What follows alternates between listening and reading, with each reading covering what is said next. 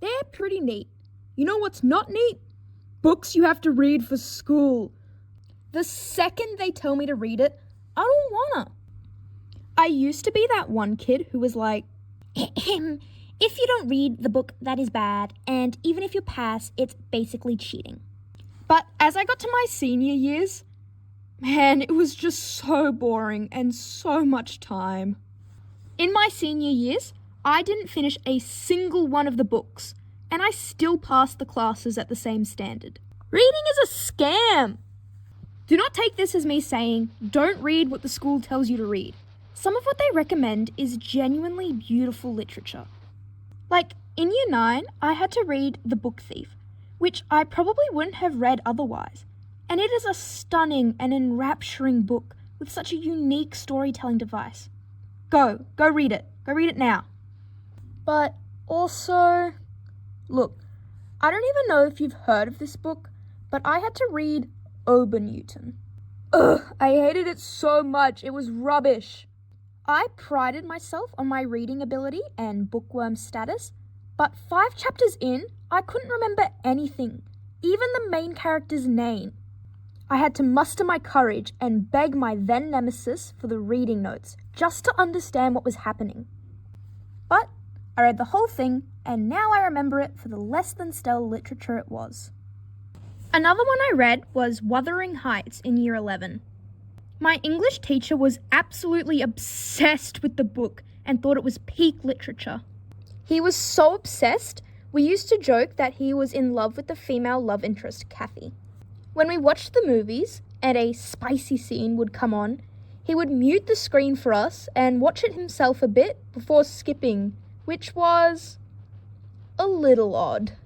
And he thought Heathcliff was the epitomical love interest and just so dashing and romantic and perfect. But if you haven't read it, well, let's just say he's not.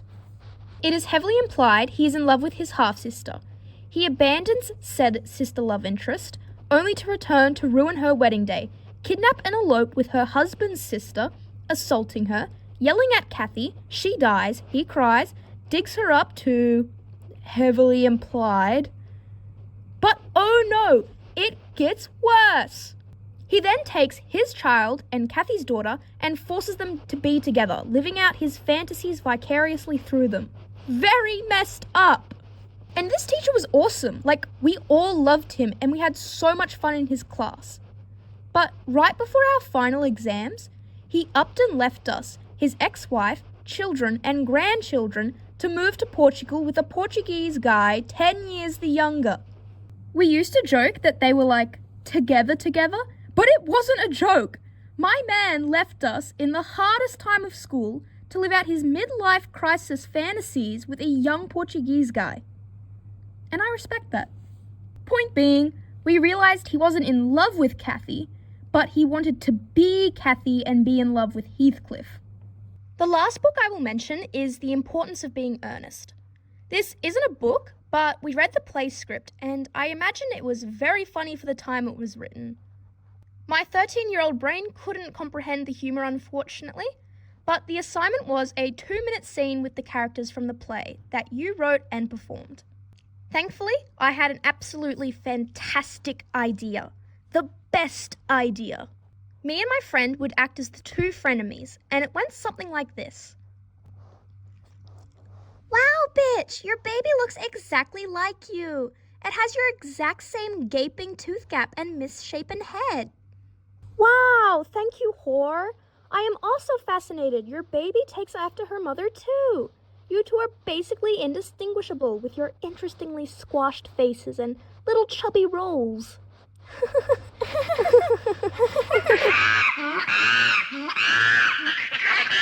You are always a horrible friend. You just have to keep rubbing it in that your baby is cuter than mine. Wait, you think my baby is cuter? I thought yours was cuter than mine. Oh, sweetie, I love you. Oh, I love you too. I'm sorry for yelling. Your baby is lucky to look exactly like its mother. Which one is yours? Surely this one is yours. It looks exactly like you. You see, the joke is that they called the other babies ugly, meaning they thought each other were ugly. But they're babies, and babies all look the same. It wasn't that funny, but I thought it was pretty smart. So smart that when my classmate was asking for ideas, I told her what I was doing with my partner, and she did that exact same idea.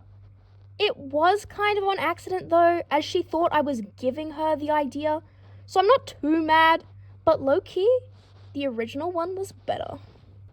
Books and knowledge are so important, especially in the current state of the world. So please, please, please read your books for school. There is usually a reason why, and it's usually important. I'm glad that I was encouraged to read important books like Fahrenheit 451, The Handmaid's Tale, and The Book Thief. So stay educated, stay humble, and stay reading.